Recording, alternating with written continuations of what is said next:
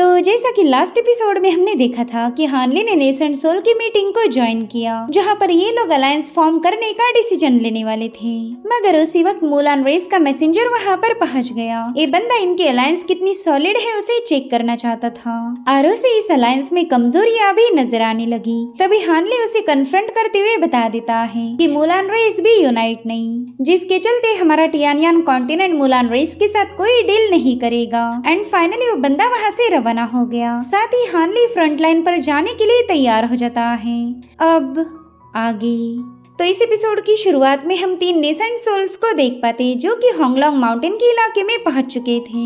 हावरन pavilion के Elder माँ तो इस माउंटेन पर लगे हुए इनविजिबल एरी को देखकर ही इम्प्रेस हो गए। वो बताने लगी कि ये तो 1000 साउंड इल्यूजन एरी है। इसके अंदर अर्थ एंड हेवन के एलिमेंट्स का यूज किया गया जो कि किसी की भी 5 सेंसेस और माइंड को ब्लॉक कर सकती।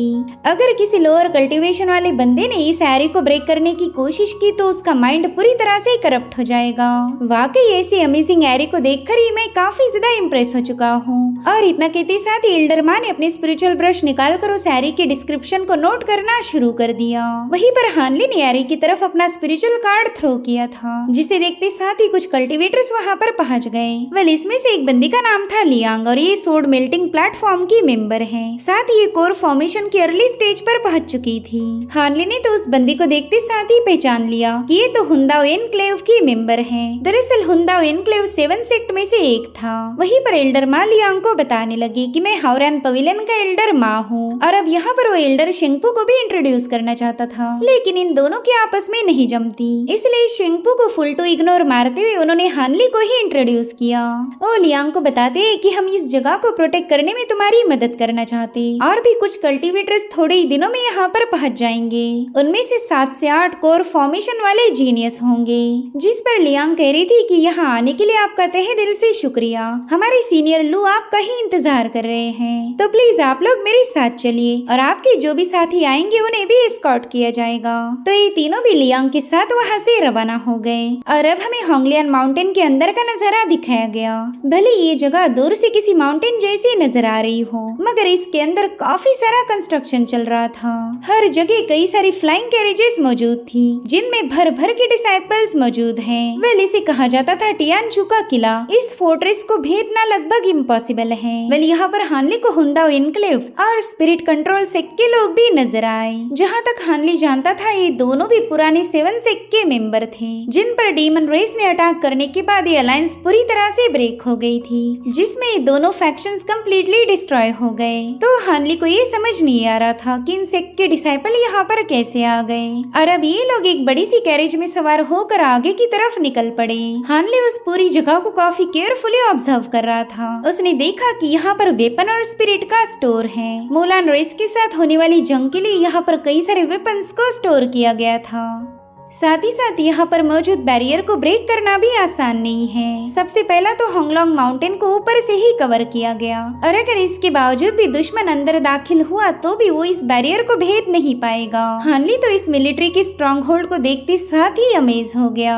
इधर लियांग भी हानली पर चुपके से नजर रखने लगी, मगर जैसे ही हानली ने उसकी तरफ देखा वो बंदी अलर्ट हो गई और अब इनकी फ्लाइंग कैरेज एक और बैरियर के सामने पहुंच जाती है, जहाँ की एक जायंट स्टोन डोर को पार करने के बाद ये लोग मेन लोकेशन पर पहुंच गए। वेल यहाँ पर इनके सामने एक बहुत ही विशालकाय फ्लाइंग कैरेज थी, जिसके हर एक पोर्शन को कई सारे फॉर्मेशन से कवर किया गया था और उतने में हानली को सिल्वर मून की आवाज आई। वो कह रही थी मास्टर इस माउंटेन के अंदर काफी बड़ी कैरेज है, अगर इस शिप को जंग में उतारा गया तो दुश्मनों को इसे ब्रेक करना इम्पॉसिबल हो जाएगा। यहाँ पर तो 9 नेशन अलायंस ने काफी अच्छे से तैयारी कर रखी है और इसी वजह से तो 9 नेशन अलायंस अपने इस होंगलोंग माउंटेन को प्रोटेक्ट करना चाहती।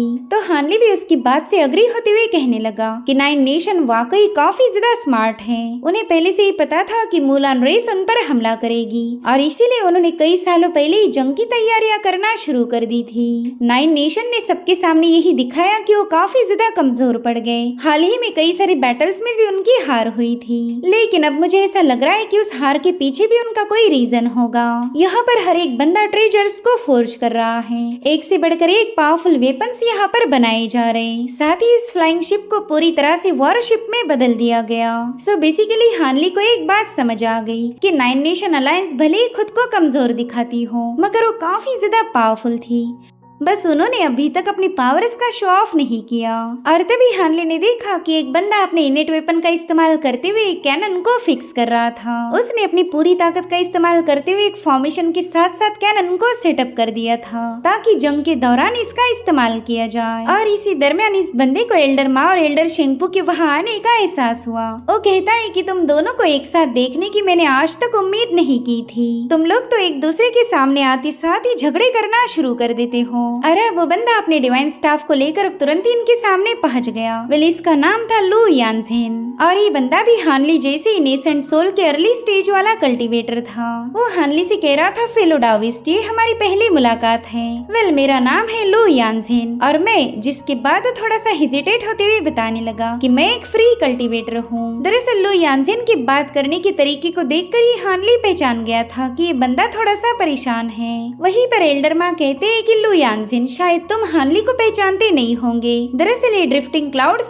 का ग्रैंड मास्टर है और इसकी खास बात की जाए तो इसने इतनी कम एज में ही नेसेंट सोल को फॉर्म कर लिया। मेरे ख्याल से इसकी एज 200 सालों से थोड़ी सी ऊपर होगी और इसीलिए मैं दावे के साथ कह सकता हूँ कि फेलो डाविस्ट हानली का फ्यूचर ब्राइट होगा। हम तो अपनी जवानी के दिनों में कभी भी ऐसा कारनामा नहीं कर पाए। अब एल्डर माँ ने जो हानली की तारीफें की थी उस पर यानजेन को ट्रस्ट नहीं होता, इसलिए वो अपने डिवाइन सेंस का यूज करके हानली को सरप्राइज करने की कोशिश करने लगा। मगर हानली का डिवाइन सेंस इतना ज्यादा पावरफुल है कि यानजेन उसे बिल्कुल भी मूव नहीं कर पाता। उतने में हानली कह रहा था कि मैं एक नेसेंट सोल का जूनियर हूँ, भले ही मेरी कल्टीवेशन तुम लोगों से नीचे होगी, लेकिन ये बात मैं दावे के साथ बता सकता हूँ कि मैं तुम में से किसी पर भी बोझ नहीं बनूंगा।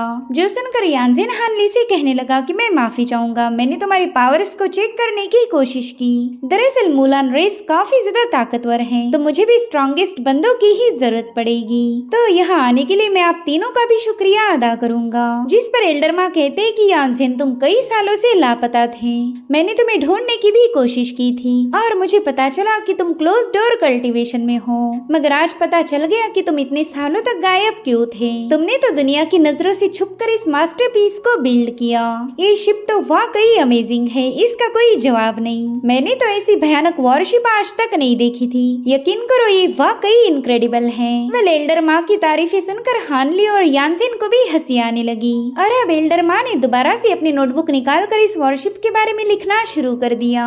एल्डर यानजेन तो ये देखते साथ ही थोड़े से क्यूरियस हो गए। वो एल्डर माँ को बताते हैं कि होंगलोंग माउंटेन सिर्फ एक स्ट्रेटेजिक स्ट्रॉन्ग होल्ड नहीं माना जाता, बल्कि ये तो नाइन नेशन अलायंस का सबसे सीक्रेटिव वेपन फोर्जिंग वर्कशॉप है। कई सालों से यहाँ पर पावरफुल वेपन्स को फोर्ज किया जाता, दुनिया को इसकी कोई खबर नहीं थी। नाइन नेशन अलायंस के एल्डर वेईवुया चाहते थे कि मैं इस जगह को हैंडल करूं, तो उनके कहने पर ही यहाँ आकर मैंने हमारे डिफेंस को स्ट्रेंथन अप करना शुरू कर दिया। और ये वॉरशिप हमारा सबसे खास वेपन है, इसे बनाने के लिए मैंने काफी कड़ी मेहनत की। मुलान रेस की बैटल में ये वॉरशिप बहुत ही इम्पोर्टेंट रोल प्ले करने वाली है, तो इस वॉरशिप को मैंने नाम दिया है टियानचू, जिसका मतलब होता है आसमानी दरवाजा। हानली इस नाम से भी इम्प्रेस हो गया था। वो दिल ही दिल में कहने लगा कि टियानचू की फोर्ट्रेस की टियानचू वॉरशिप भी काफी ज्यादा अमेजिंग है। और इस फोर्ट्रेस की एक और खास बात थी, यहाँ पर 7 सेक्ट के न जाने कितने सारे ओल्ड मेंबर्स मौजूद हैं, जिनमें से कुछ लोगों ने एक जमाने में डिमोनिक रेस का साथ दिया था, मगर अभी सभी लोग मुलान रेस को हराने के लिए एकजुट हो गए। जिसके बाद हमें स्ट्रेटेजी रूम का सीन दिखाया जाता है। यानजेन बताती है कि इस सारे प्लान को वेईवुया ने खुद अपने हाथों से प्रिपेयर किया था। वो जानते थे कि मुलान ग्रासलैंड हम पर अटैक करने वाला है, तो उन्होंने एडवांस में ये सब कुछ प्रिपेयर करके रखा। लेकिन जब मुलान रेस ने हमारे कई सारे पासेस पर अटैक किया, तब हमें लगा ही नहीं था कि मुलान रेस के बारबेरियंस इतने ज्यादा फियर्स होंगे। वैसे तो हमारे पास भी पावरफुल कल्टीवेटर्स की कोई कमी नहीं, लेकिन मुलान रेस को कंट्रोल करना मुश्किल होता जा रहा। अगर मुलान रेस इसी स्पीड से आगे बढ़ती गई तो जल्दी हमारे होंगलोंग माउंटेन पर अटैक कर देगी। और इसलिए मैं चाहता हूँ कि आप कुछ दिनों तक इस स्ट्रॉन्ग होल्ड को डिफेंड करने में मेरी हेल्प कीजिए। जिस पर एल्डर शेंगपू कहता है, मेरे दोस्त यानजेन, यानसेन, तुमने तियानताई वैली के बारे में तो सुना ही होगा। मूलान रेस ने उन पर इतने फियर्स अटैक किए थे कि हमारे लोग उनके सामने बड़ी आसानी से हार गए। तुम भी ये बात अच्छे से जानते होंगे कि मूलान रेस के पास काफी अजीब सी टेक्निक्स हैं। तो मुझे ये समझ नहीं आ रहा कि हम सिर्फ 3-4 लोग ही स्ट्रॉन्ग होल्ड को प्रोटेक्ट कैसे करेंगे। वेल, एल्डर माँ को तो शेंगपू की बात जरा भी अच्छी नहीं लगी थी, लेकिन ये दोनों दोबारा से लड़ाइयाँ शुरू करे इससे पहले यानसेन उनसे बात करने लगा, जिस पर यानसेन बताता है कि तियानताई वैली पर काफी फियर्स अटैक हुआ था। ऐसा कहा जा रहा कि मूलान रेस के फायर वर्शिप सेक्ट के हाई प्रीस्ट ने हमारे कई सारे लोगों को मार दिया। उस बंदे का नाम है कुयाओ और वो नेसेंट सोल के अर्ली स्टेज पर होगा। कुयाओ स्पिरिचुअल टेक्निक और फॉर्मेशन बनाने में स्पेशलाइज है और उसकी स्ट्रेंथ की बात की जाए तो वो भी काफी ज्यादा भयानक मानी जा रही। तो सिर्फ कुयाओ की वजह से ही हम तियानताई पास को काफी आसानी से हार गए, मगर हम चारों ओर से हमारी पास इसको प्रोटेक्ट कर रहे हैं। इसी के दरमियान हमारे कई सारे स्ट्रॉन्ग होल्ड भी सेटअप होंगे जिनका यूज करके हम मूलान रेस की स्पीड को कम कर सकते हैं। अगर मैं चाहता तो उन स्ट्रॉन्ग होल्ड को और भी ज्यादा रीइंफोर्स करता, मगर हमारे पास लोगों की कमी है। जितने भी हमसे मैनेज हो पाए हमने उन सारे कल्टीवेटर्स को फ्रंट लाइन पर भेज दिया है। मगर आप लोग परेशान ना हो, हमारा एक नेसेंट सोल युनहे तियानताई वैली से जिंदा वापस आया है और फिलहाल युनहे माउंटेन के बेस में कई सारे फॉर्मेशंस को सेटअप किए जा रहा। तो मैं चाहता हूँ कि हम चारों लोग उनसे मिलने चले जाए, लेकिन इससे पहला आप लोग कुछ दिन रेस्ट कर लीजिए। नेसेंट सोल युनहे का नाम सुनते साथ ही एल्डर माँ खुश हो गए। वो बताते हैं कि युनहे मेरा काफी पुराना दोस्त है। मुझे लगा नहीं था कि वो बुढ़ा तियानताई वैली से जिंदा वापस आएगा।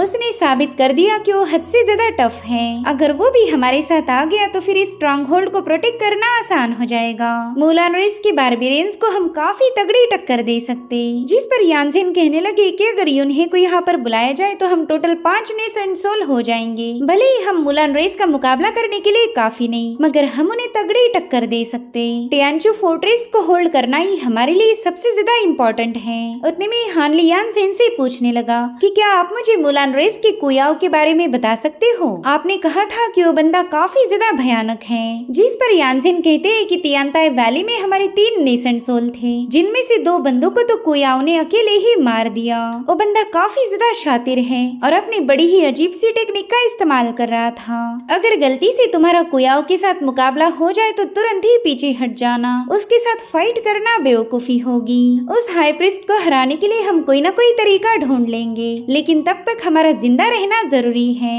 एक बार वो हाई प्रीस्ट मारा गया तो फिर मूलान रेस कमजोर पड़ जाएगी। साथ ही यानसेन बता रहे थे कि मेरा जो फैक्शन था वो पूरी तरह से डिस्ट्रॉय हो गया। उसके बाद से मैं खुद को एक फ्री कल्टीवेटर मानने लगा था, लेकिन फिर अलायंस के लीडर वेई वुया ने मुझसे कांटेक्ट किया। उन्होंने स्ट्रॉन्ग होल्ड की जिम्मेदारी मेरे हवाले कर दी। यहाँ पर जितने भी कल्टीवेटर्स है मैं उन्हें अपने आखिरी दम तक प्रोटेक्ट करूंगा।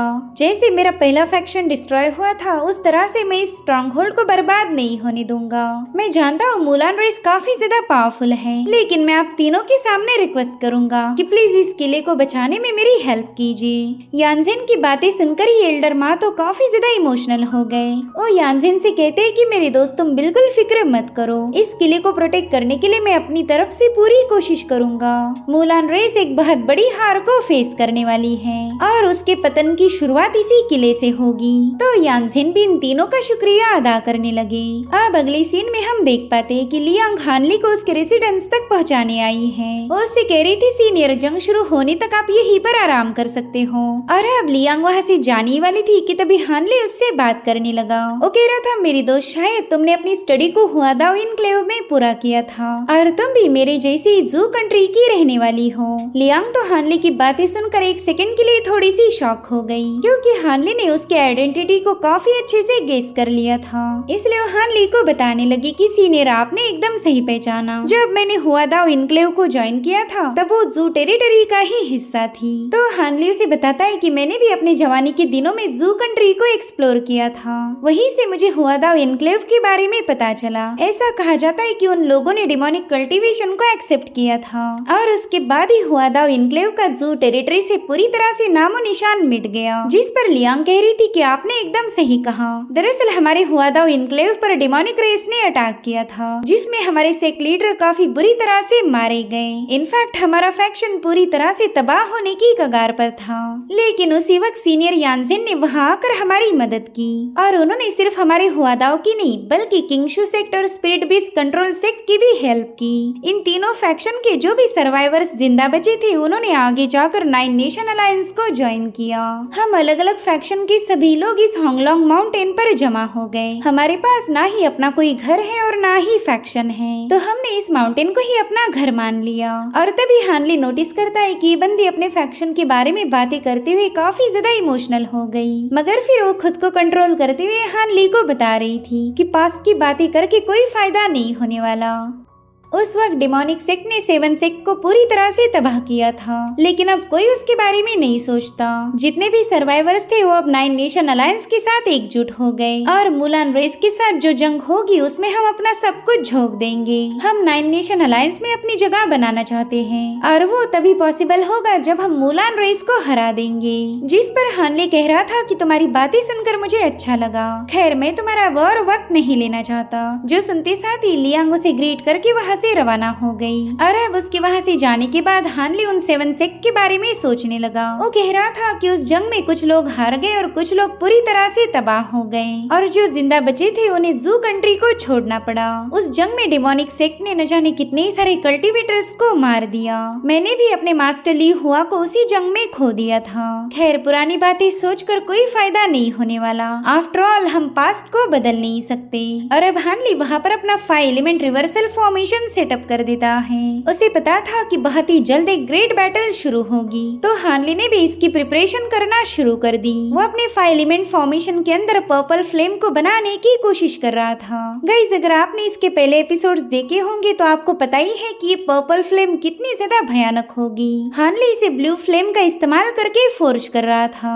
और ये प्रोसेस काफी दिनों तक चलती रहेगी। वही दूसरी तरफ यानजिन भी अपने फॉर्मेशंस को और भी ज्यादा सॉलिड बना रहे थे ताकि गलती की कोई गुंजाइश ना हो। साथ ही लियांग भी बैरियर पर पहरा दे रही थी। उसे कुछ भी करके 9 नेशन अलायंस में अपनी जगह बनानी है ताकि उस पर जो फ्री कल्टीवेटर का टाइटल लगा है उसे वो हटा सके। वहीं पर एल्डर मा और शेंगपो इस स्ट्रॉन्ग होल्ड को काफी केयरफुली ऑब्जर्व कर रहे थे। उन्हें तो यकीन ही नहीं हो रहा था कि 9 नेशन अलायंस ने अपना इतना स्ट्रॉन्ग किला बनाया। और सबसे मजे की बात तो ये है कि इन लोगों ने आज तक इस स्ट्रॉन्ग होल्ड का जिक्र भी नहीं सुना था और अब हमें कुछ दिनों बाद की कहानी दिखाई जाती है। हानली अभी भी अपनी पर्पल फ्लेम्स को फोर्ज करने में लगा हुआ था और फिर कड़ी मेहनत और फोकस के बाद उसने फाइनली पर्पल फ्लेम को फोर्ज कर लिया। उतने में ही सिल्वर मून भी स्टोरेज बैग में से बाहर आ गई। वो इन पर्पल फ्लेम को टच करना चाहती थी मगर ये इतनी ज्यादा ओवर पावर है कि सिल्वर मून को पीछे हटना पड़ा। वो हानली से कह रही थी कि मास्टर अगर आप इस पर्पल फ्लेम को बैटल ग्राउंड पर लेके गए तो मुलान रेस की तो लंका लग जाएगी। जिस पर हानली बता रहा था कि एक एक्सोटिक फ्लेम है, इसे रिफाइन करना आसान नहीं होता, इसमें काफी सारे एफर्ट्स और टाइम की जरूरत पड़ती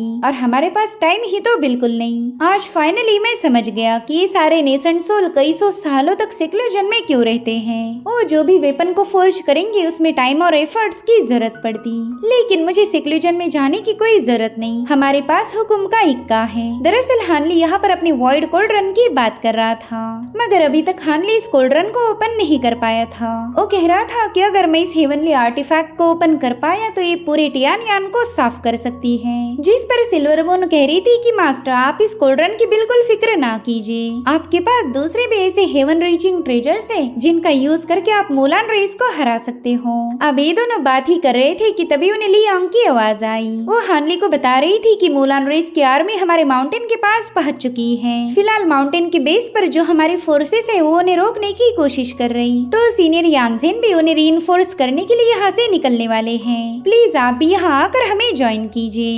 वेल हानली तो इस खबर को सुनकर थोड़ा सा हैरान था। उसे लगा नहीं था कि मुलान रेस इतनी जल्दी यहाँ पर पहुँच जाएगी। अब ये सीन यहीं पर कट होकर हमें होंगलोंग माउंटेन का बेस दिखाया जाता है जहाँ पर 9 नेशन अलायंस की आर्मी मुलान रेस का मुकाबला कर रही थी। मुलान रेस अपने साथ कई सारे भयानक डिमोनिक बीस्ट को लेकर आई थी जिन्होंने वहाँ पर अपनी एनर्जी बरसाते हुए कल्टीवेटर्स को घायल करना शुरू कर दिया और इस तरह से पूरे वैली में तबाही मच गई। यहाँ पर हम नाइन नेशन अलायंस के सिपाहियों को देख पाते हैं, जो कि अपने अलग अलग स्पिरिचुअल वेपन्स का इस्तेमाल करते हुए मुलान रेस पर अटैक कर रहे थे। हालांकि मुलान रेस के डिमोनिक बीस्ट की खाल इतनी ज्यादा स्ट्रांग है कि इन्हें आसानी से मारा नहीं जा सकता, मगर फ्लाइंग बीस्ट काफी ज्यादा कमजोर है, जिसके चलते स्पिरिचुअल एरोज को शूट करते हुए उन्हें आसानी से मारा जा रहा था। साथ ही बैटल ग्राउंड पर भी मुलान रेस के लोग नाइन नेशन अलायंस के सिपाहियों के साथ भिड़ जाते हैं, जिसमें दोनों साइड्स का काफी ज्यादा नुकसान हो रहा था। न जाने कितने ही सारे सिपाही मारे जाने लगे। दरअसल ये मुलान रेस की फायर वर्शिप ट्राइब है, जो कि अपने मैजिकल पावर्स को कंबाइन करते हुए वहाँ पर बड़े बड़े फायर बॉल्स फॉर्म करने लगी। और अब हम देख पाते हैं नेसेंट सोल यूनहे को, जिन्होंने अपनी एनर्जी स्ट्राइक्स रिलीज करते हुए उनके फायर बॉल्स को डिस्ट्रॉय करना शुरू कर दिया। साथ ही उन्होंने मुलान रेस पर बड़े बड़े स्टोन लैंसेस से भी हमले किए, जिसमें मुलान रेस के सिपाही मारे जा रहे थे। इन लैंसेस की वजह से मुलान रेस का काफी बड़ा नुकसान हो गया, और ये बात मुलान रेस के कमांडर को अच्छी नहीं लगती, तो उसने अपने फायर पाइथन को फॉर्म करते हुए सीधे यूनहे की तरफ रिलीज कर दिया। यहाँ पर यूनहे ने अपने सामने कई सारी शील्ड फॉर्म कर ली थी, मगर वो पाइथन 1 बाय 1 करते हुए उन सभी को डिस्ट्रॉय करके सीधे यूनहे पर अपनी एनर्जी रिलीज कर देता है। मगर यूनहे अपने सामने डिफेंसिव शील्ड फॉर्म करते हुए उस अटैक को काउंटर कर लेते हैं, तो पाइथन दोबारा से अपने मालिक के पास वापस आ गया। मुलान रेस का कमांडर यूनहे से कहने लगा कि उस दिन तुम येलो ड्रैगन पास पर मेरे हाथों मरते मरते जिंदा बच गए, तो फिर तुम दोबारा मेरे हाथों मरने के लिए क्यों चले आए? शायद अब तुम्हारे टियानियन कॉन्टिनेंट के पास पावरफुल लोग बचे ही नहीं। जिस पर यूनहे कह रहे थे कि कुत्तों जैसे भौंकना बंद कर दे। येलो ड्रैगन पास और तियांताई वैली पर तुम्हारी जीत इसलिए हुई क्योंकि उस दिन तुम्हारी किस्मत ने तुम्हारा साथ दिया था, मगर आज ऐसा नहीं होगा। हर रोज तो तेरी किस्मत तेरा साथ नहीं दे सकती। अब ये सुनते साथ ही वो कमांडर तुरंत ही यूनहे पर अटैक करने के लिए रवाना हो गया। वहीं पर यूनहे भी अपने पावरफुल फॉर्मेशन को एक्टिवेट कर लेते हैं, जो कि कई सारे स्लैशेस को रिलीज कर रहा था, मगर वो कमांडर अपने पाइथन की मदद से उस हर एक स्लैश को काउंटर करते हुए आगे बढ़ने लगता है। मगर यूनहे के स्लैशेस रिलीज होना बंद नहीं होते, वो तो बस लगातार अपने स्लैशेस को बरसाते जा रहे थे, जिसके चलते कमांडर को रुकना पड़ गया। और उसी वक्त यूनहे ने उस कमांडर के सिर के ऊपर एक फॉर्मेशन एक्टिवेट करते हुए उस पर हेवी प्रेशर रिलीज करना शुरू कर दिया। वेल यहाँ पर उस कमांडर का पाइथन अपने मास्टर को बचा रहा था। तब तक यूनहे ने अपनी एक और चाल चली। वो अपने कई सारे लैंसेस को उन दोनों पर बरसाने लगे, ऊपर से हेवनली प्रेशर और दूसरी तरफ से माउंटेन पियर्सिंग लैंसेस। इस तरह से यूनहे ने कमांडर पर अपना डोमिनेंस साबित कर दिखाया। मगर मुलान रेस का ये बंदा भी कुछ कम पावरफुल नहीं था। थोड़ी देर में उसने अपने पाइथन के जरिए फॉर्मेशन को ब्रेक करवा दिया, और अब वो पाइथन भी गुस्से में आकर यूनहे पर अपनी साउंड वेव रिलीज करने लगता है, जिसका प्रेशर इतना ज्यादा था कि यूनहे पीछे की तरफ घसीटे गए। मगर इसी दरमियान यूनहे ने अपने स्लैशेस रिलीज करते हुए एक पाइथन को तो डिस्ट्रॉय कर दिया। साथ ही वो अपने आसपास एक शील्ड भी फॉर्म कर लेते हैं, जिसे पाइथन ने एक ही सेकंड में ब्रेक कर दिया। मगर तब तक यूनहे अपने नेक्स्ट अटैक के लिए तैयार हो जाते हैं। उन्होंने एक स्पेल को ड्रॉ करते हुए सीधे उस कमांडर पर हमला कर दिया। इधर मुलान रेस का बंदा अपने अगले अटैक के लिए तैयार हो ही रहा था कि उतने में यूनहे का स्लैश उस पर हिट हो जाता है, जिसके चलते वहाँ पर एक जोरदार धमाका हो गया। साथ ही यूनहे ने अपने सभी डिसाइपल्स को पीछे हटने का हुक्म दिया था। वो उन्हें बता रही थी कि अब फॉर्मेशंस को एक्टिवेट करने का वक्त हो चुका है, तो जल्दी से बैटल ग्राउंड से पीछे हट जाओ। और फिर उतने में ही यूनहे ने वहाँ पर तबाही मचाना शुरू कर दी। उन्होंने ऑलरेडी जमीन के नीचे हिडन फॉर्मेशंस को सेटअप किया था, जो कि अब एक्टिवेट होकर मुलान रेस की धज्जियां उड़ाने लगे। वहाँ पर बस धमाकों की गूंज और मुलान रेस की सिपाहियों की चीखें थी। और यही सब देखकर मुलान रेस के नेसेंट सोल्स को काफी ज्यादा गुस्सा आने लगा। उन्होंने इमेजिन नहीं किया था कि होंगलोंग माउंटेन को भेदना इतना ज्यादा मुश्किल होगा। तब तक कमांडर और यूनहे अपने सेकंड अटैक के लिए तैयार हो गए। वेल यहाँ पर यूनहे ने अपने माउंटेन पियर्सिंग लैंसेस फॉर्मेशन को एक्टिवेट कर लिया था, जो कि काफी तेज रफ्तार के साथ जाकर उस बंदे पर हिट हो जाते हैं। वेल इस अटैक में मुलान रेस के कमांडर कुयाओ का पाइथन डिस्ट्रॉय हो गया था, तो इसी मौके का फायदा उठाते हुए यूनहे ने अपने लैंसेस को एक साथ फोर्ज करते हुए एक सोर्ड को फॉर्म कर लिया, जो कि सीधे जाकर कुयाओ पर हिट हो चुकी थी। भले ही कुयाओ ने अपने सामने एक शील्ड फॉर्म कर ली थी, मगर उस लैंसेस ने उसकी शील्ड की धज्जियां उड़ा दी, जिसके चलते कुयाओ पीछे की तरफ घसीटा जा रहा था। उसे लग रहा था कि शायद अब यूनहे के पास कोई और मूव नहीं बची, मगर ये तो बस शुरुआत थी। नेसेंट सोल यूनहे पिछली हार का बदला लेना चाहते हैं, तो उन्होंने वहाँ पर एक बहुत ही भयानक फॉर्मेशन को एक्टिवेट कर लिया। और गाइस वाकई यूनहे का ये फॉर्मेशन दिखने में काफी ज्यादा डैशिंग था। ये मल्टीपल एरिस से बना हुआ एक बहुत ही सॉलिड फॉर्मेशन है। यूनहे कुयाओ से कह रहे थे कि उस दिन की हार की कीमत तुझे 100 गुना ज्यादा चुकानी पड़ेगी। अगर मेरा एक बंदा मारा गया तो तेरे 100 मरेंगे। सो इस तरह से ये बैटल अपने आखिरी पड़ाव पर पहुंच चुकी थी। लेकिन इसी के साथ एपिसोड यहीं पर एंड हो जाता है। Thank you so much for watching. Bye bye, take care.